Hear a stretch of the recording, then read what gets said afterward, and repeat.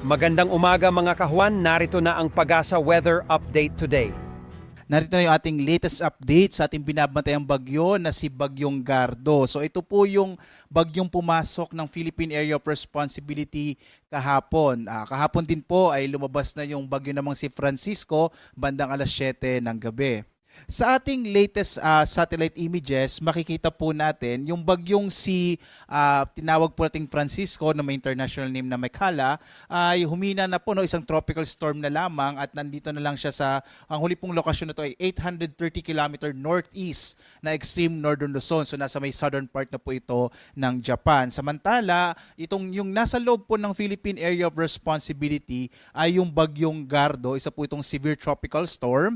Yung huling lokasyon ng Bagyong Gardo ay nasa 1,280 kilometers silangan ng extreme northern Luzon. Taglay yung pinakamalakas na yung umaabot ng 95 kilometers per hour malapit sa gitna at pagbugso naman nasa 115 kilometers per hour. Ito ay kasalukuyang kumikilos, pahilaga-hilagang kanluran sa bilis naman na 25 kilometers per hour. Mapapansin po ninyo, yung dalawang bagyo natin ay halos sa northeastern boundary po ng PAR.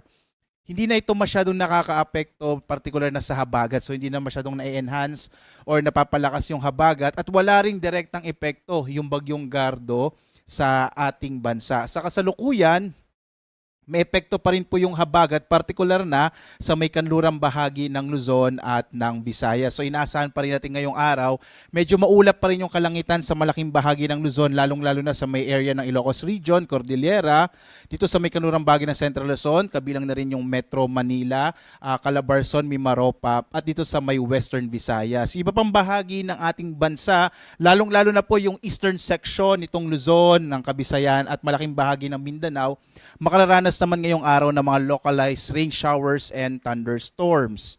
Narito naman yung ating latest track ng bagyong si Gardo. So makikita po natin, ito po yung kanyang lokasyon as of 2 a.m. at posible po ngayong tanghali or ngayong umaga hanggang tanghali ay lalabas na rin ito ng Philippine Area of Responsibility. So halos around 24 hours lang siya nanatili sa loob ng PAR. So posible po within the day ay lalabas na nga ng Philippine Area of Responsibility ang Bagyong Gardo at hindi ito direktang nakaapekto sa ating bansa. Samantala, bagamat nga po wala namang direkta epekto yung Bagyong Gardo at hindi na rin nakaka-apekto yung tinawag nating Bagyong Francisco, yung hanging habagat ay maaari pa rin magdala ng mga pagbugso po ng hangin ngayong araw sa malaking bahagi ng Luzon, habang bukas ang habagat ay maaari pa rin magdala ng mga pagbugso ng hangin sa area naman ng Batanes, Babuyan Islands, Ilocos Norte at Ilocos Sur. So mag-ingat po sa mga posibleng banta ng mga biglaang paglakas ng hangin, lalong-lalo na po, no, sa mga lugar na malapit po sa mga baybay dagat, lalo na rin po sa mga naglalayag.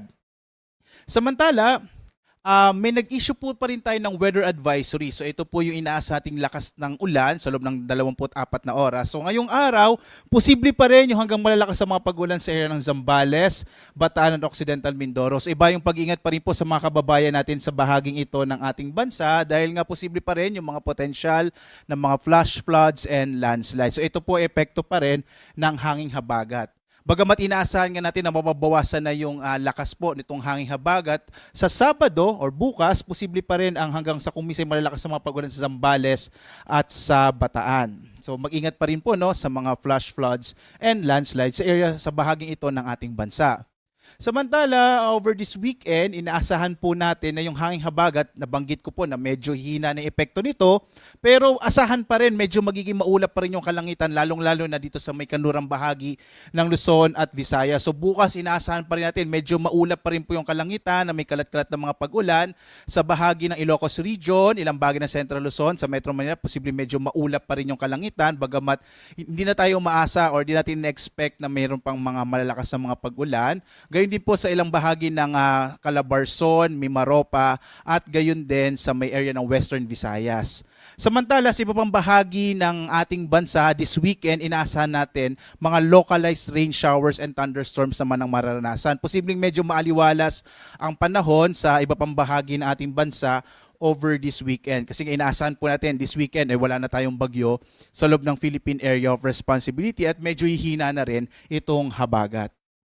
Sa lagay naman po ng ating karagatan, wala tayong naka-issue ngayon na gale warning sa anumang baybay ng ating bansa. Bagamat dito po sa may Northern Luzon, inaasahan pa rin natin yung katamtaman hanggang sa maalong karagatan. So mag-ingat pa rin po yung mga sasakyang pandagat, lalong-lalo na yung mga maliliit na mga bangka. Kapag po may mga thunderstorms, kung minsan nagpapalakas yan ng alon ng karagatan, kaya iba yung pag-iingat pa rin po sa mga kababayan natin.